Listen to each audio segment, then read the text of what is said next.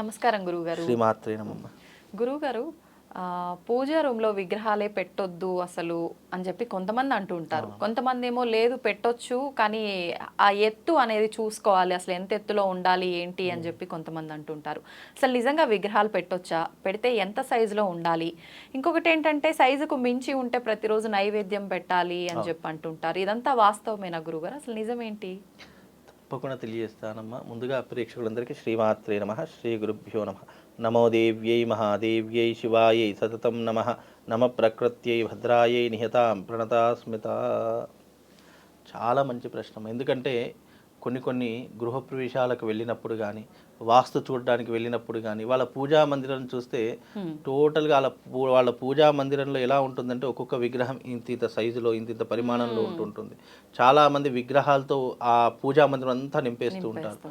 పటాలతో పూజా మందిరం అంతా నింపేస్తూ ఉంటారు. అంటే వాళ్ళు తెలిసి చేస్తారో తెలియక చేస్తారో అర్థం కాదు, కానీ నిజానికి ఒక ఇంట్లో ఉన్నటువంటి పూజా మందిరం వేరే, దేవాలయంలో ఉన్నటువంటి ఆలయం వేరే. రెండిటికి చాలా వ్యత్యాసం ఉంది. ఇంట్లో ఉన్నటువంటి పూజా మందిరంలో సనాతన ధర్మంలో వాస్తు శాస్త్రం నందు ఏం చెప్పారు అంటే, నీ ఇంటి యందు ఏదైతే పూజా మందిరం ఉంటుందో అందులో ఉంచవలసినటువంటి విగ్రహాలు కేవలం 1 లేదా 2 మాత్రమే విగ్రహ రూపకంగా ఉండాలి. చిత్రపటాలు ఎన్నైనా పెట్టుకో, దానికి దోషం ఏం లేదు, పటాలకు దోషం. కానీ విగ్రహం అనేటటువంటిది 1 లేదా 2, మిగతా విగ్రహాలు ఎలాంటివి కూడా ఉండకూడదు. ఎందుకు ఉండకూడదు అంటే, ఎన్ని విగ్రహాలు ఉంటే నువ్వు అంత ఆచరణ పాటించాలి, నువ్వు అంత ఆచారం పాటించాలి, అంత మడి పాటించాలి, మైల పాటించాలి, అన్నీ పాటించాలి. అలా పాటిస్తే 1 కాదు 100 విగ్రహాలు పెట్టుకో, దోషం ఏం లేదు. చాలామంది అంటారు, ఏంటి పంతులు గారు మీ ఇంట్లో ఇన్ని విగ్రహాలు ఉన్నాయి, మరి మా ఇంట్లో ఏమో వద్దంటారు అనే క్వశ్చన్ కూడా వేస్తాడు. మాకంటే మడి, ఆచారం, వ్యవహారం అన్నీ ఉంటాయి. మాకు నిత్య క్రతువులు ఉంటాయి. మా ఇంట్లో చనిపోతే ఒక్కొక్కళ్ళ ఇంట్లో సంవత్సరాంత వరకు దీపం కూడా ముట్టరు, కనీసం ఆ పూజా మందిరంలో కూడా వెళ్ళరు. మా ఇంట్లో అలా కాదు, చనిపోయిన తెల్లారి నుండే మేము మళ్ళీ దీపం వెలిగిస్తాము. అంటే సామాన్యులు కూడా మినిమం 12 రోజుల సూతకం అనేటటువంటిది పాటించాలి. 13వ రోజు దాటిందా వాళ్ళ ఇంట్లో తప్పనిసరిగా పూజా మందిరంలో దీపం వెలిగించే ఉండాలి. ఇంట్లో ఒక వ్యక్తి చనిపోయినంత మాత్రము చేత దేవుడి ఇల్లు చీకటి ఉందంటే ఇల్లు మొత్తం చీకటి అయినట్టే. కాబట్టి ఎప్పుడూ కూడా ఒక వ్యక్తి చనిపోతే కారణం అది అడ్డుగా పెట్టుకొని ఇంట్లో దీపం పెట్టకుండా ఉండకూడదు. ఇది చాలా మంది చేస్తున్నటువంటి తప్పు. కాబట్టి ఎవరు అలాంటి విషయాలు చేయకండి. ఇక మన విషయానికి వస్తే, ఇంట్లో విగ్రహాలు పెట్టుకునేటటువంటి పరిమాణం ఎంత ఉండాలంటే అంగుష్ట పరిమాణము అని సనాతన ధర్మం జ్యోతిష శాస్త్రం తెలియజేసింది. అంగుష్ట పరిమాణం అంటే ఎంత? ఈ బొటన వేలు ఎంతనైతే సైజు ఉంటుందో ఈ బొటన వేలి పరిణామంలో ఉన్నటువంటి విగ్రహాలు నువ్వు ఏవైనా పెట్టుకో, దోషమేం లేదు. దానికి మించి పెరిగిందా దానికి నియమాలు ఉంటాయి, దానికి పూజాది క్రతువులు ఉంటాయి, దానికి ఎప్పుడు ఏదేది చేయాలో ఆ నియమాలన్నింటినీ కూడా పాటించాలి. లేదు అని అంటే కనుక నీ ఇంట్లో ఎప్పుడూ కూడా అశాంతి, ఇబ్బందులు లేదా ఎన్నో రకాలైనటువంటి అవాంతరాలు ఇవే వచ్చి కూర్చుంటాయి. చాలా మందికి తెలియనటువంటి విషయం.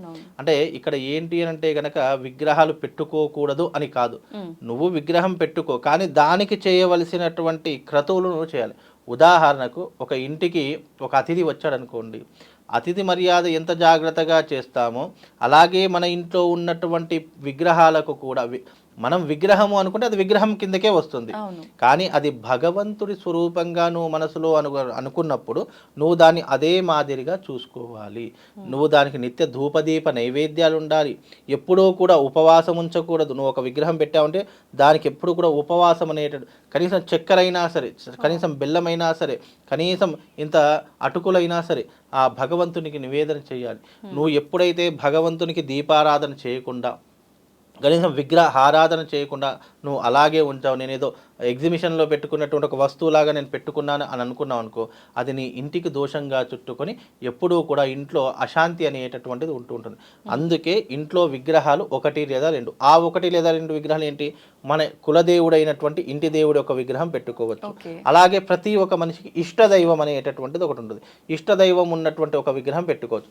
మిగతావన్నీ కూడా నువ్వు చిత్రపటాలు పెట్టుకో. ఇప్పుడు శివపార్వతులు ఉన్నారు, నేను లింగమే పెట్టుకుంటాను అని అన్నావు, లింగం ఉన్నదనుకో, నువ్వు నిత్యాభిషేకం చేయాలి. నీకు నిత్యాభిషేకం చేసేటటువంటి టైమా లేదు, నువ్వు ఎప్పుడు బయటకు వెళ్తావో ఎప్పుడు ఏ రూపకంగా వస్తావో తెలియదు.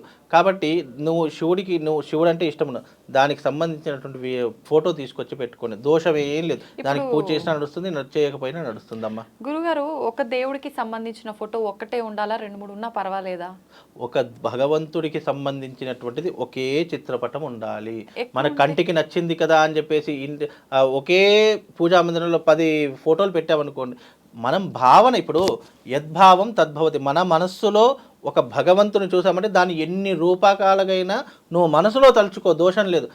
అంతేకాని ఈ పటం బాగుంది దానికంటే ఇది బాగుంది అని చెప్పి, అంటే అది బాగుందని చెప్పి ఇది బాగాలేదని చెప్పే అర్థం అలా కాదు. నీ మనసులో భావన ఎంత మంచిగా చేసుకుంటే మీరు ఎప్పుడైనా ఒక మిరాకిల్ గమనించండి.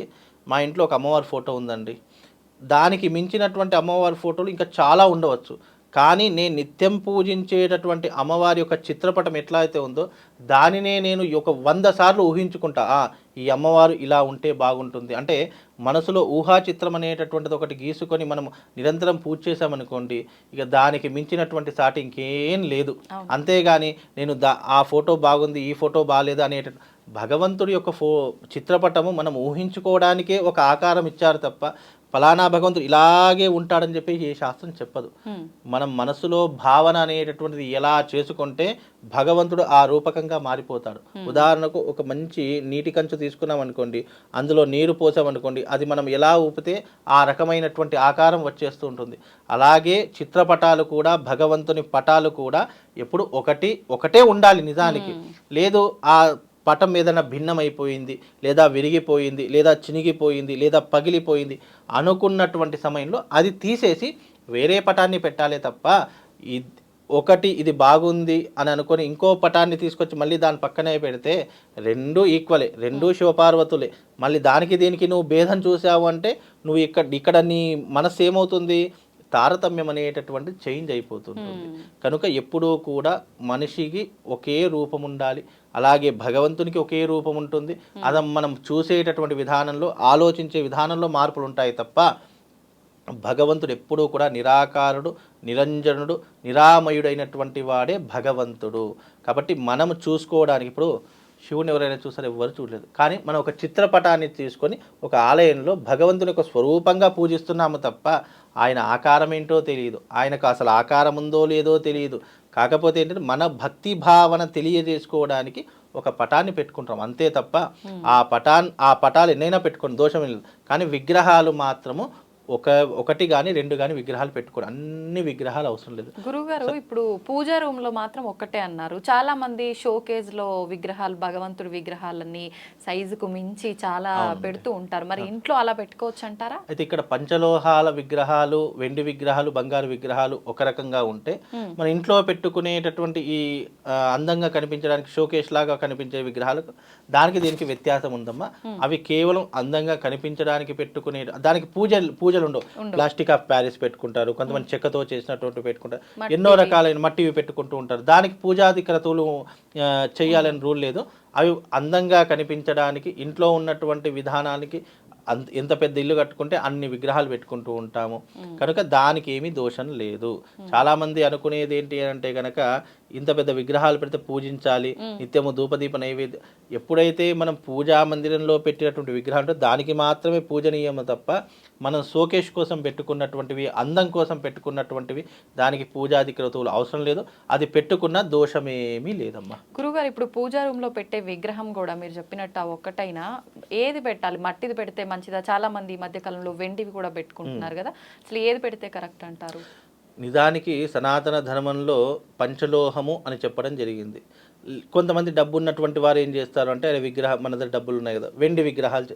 నువ్వు వెండితో పెట్టుకున్నా, బంగారంతో పెట్టుకున్నా, వజ్ర వైఢూర్యాలతో పెట్టుకున్నా, నువ్వు దానికి సరైనటువంటి క్రతువులు ఆచరిస్తున్నావా లేదా అనే దాన్ని బట్టే నీ శక్తి పెరుగుతుంది తప్ప, అంతేగాని నువ్వు వెండిది పెట్టుకున్నావా, మట్టిది పెట్టుకున్నావా, లేదా బంగారంతో పెట్టుకున్నావా, ఇలాంటివి భగవంతుడు ఎప్పుడు చూడడు.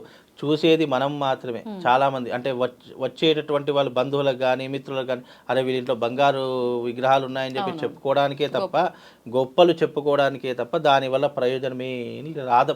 అంటే గొప్పలు చెప్పుకోవడానికే తప్ప దానివల్ల ఏం ప్రయోజనం? సరే బంగారం పెట్టుకున్నావు, నువ్వు బంగారం విగ్రహం పెట్టుకొని కనీసం దానికి ధూపదీప నైవేద్యాలను ఇస్తున్నావా? అయ్యో బంగారం పాడైపోతుంది, నల్లగా అయిపోతుంది అని చెప్పేసి నువ్వు భయంతో అది ఏదో పెట్టుకున్నావు తప్ప దానికి పూజాది క్రతువులు మాత్రం చేయడం లేదు. కనుక పూజాది క్రతువులు ఆచరిస్తేనే మీరు విగ్రహాలు పెట్టుకోండి. లేదు అని అంటే కనుక ఏమి విగ్రహాలు పెట్టుకోకండి. అదమ్మా. చక్కగా తెలియజేశారు గురుగారు. నమస్కారం. శ్రీమాత్రే.